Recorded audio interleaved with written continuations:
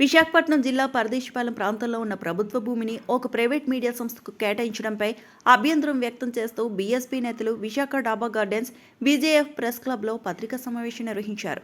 ఈ సమావేశంలో మాట్లాడిన BSP Uttarandhra zone in charge Pedapenki Sivaprasadarao, కూటమి ప్రభుత్వం 492 జీవో ద్వారా ఆంధ్రజ్యోతికి చెందిన ఆమోద బ్రాడ్కాస్టింగ్ నెట్వర్క్ 74 సెంట్ల భూమిని కేటాయించడాన్ని తమ పార్టీ తరపున ఖండిస్తున్నట్లు తెలిపారు. పేదలు, బహుజనులకు చెందిన ప్రభుత్వ భూములను బడా కార్పొరేట్ సంస్థలకు అప్పగించడం అన్యాయమని ఆయన అన్నారు. పరదేశిపాలెం ప్రాంతంలో గతంలో ఆమోద బ్రాడ్కాస్టింగ్ నెట్వర్క్ కేటాయించిన 1 ఎకరా 50 సెంట్ల భూమిని 2020లో అప్పటి ప్రభుత్వం జీవో నెంబర్ 21 ద్వారా రద్దు చేసిందని గుర్తు చేశారు. ఈ అంశం కోర్టు పరిధిలోకి వెళ్లినప్పటికీ పునఃపరిశీలన పేరుతో మరోసారి భూమి కేటాయించడం ప్రజా ప్రయోజనాలకు విరుద్ధమని ఆయన విమర్శించారు.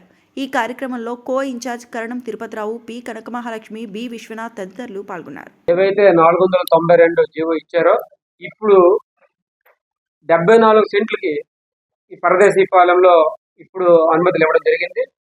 దీనికంటే వెనక్కి వెళితే గత ప్రభుత్వం అసలు మొత్తం ఏదైతే అమోద పబ్లికేషన్స్ కి ఇచ్చేటువంటి ఎకరా 50 సెంట్లు కూడా జీవో నెంబర్ 21 ద్వారా 2020లో రద్దు చేయడం జరిగింది.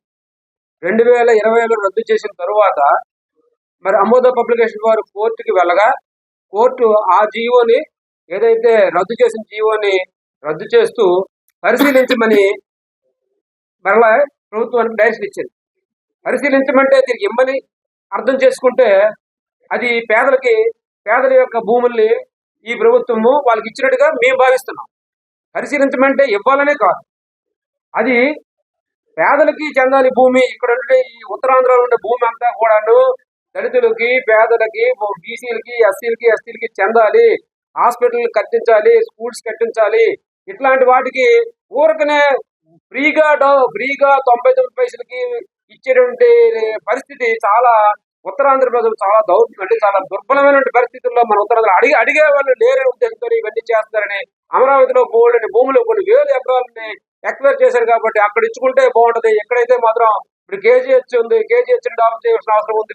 భూములు కేజీహెచ్ డెవలప్ చేయాల్సి ఉంది. ప్రభుత్వం ఉన్నవన్నీ కూడా కార్పొరేట్ సంస్థలకు అప్పచెప్పడం జరుగుతుంది. స్టీల్ ప్లాంట్ ని అప్పగించడం జరుగుతుంది. అలాగే ఈ విశాఖపట్నం అన్ని ప్రభుత్వ సంస్థలు కూడా నిర్వీర్యం చేసేటువంటి ఒక ప్రయత్నం కూడా జరుగుతుందనే బాధతో ఉత్తరాంధ్ర ప్రజలందరూ కూడా ఆలోచించండి. ఇప్పుడు మా సెక్రటరీ గారు చెప్పినట్టుగా ఓటు ఆయుధం ద్వారా తప్పనిసరిగా ఈ ప్రభుత్వానికి బుద్ధి చెప్పాలని మేము తెలియజేస్తున్నాం.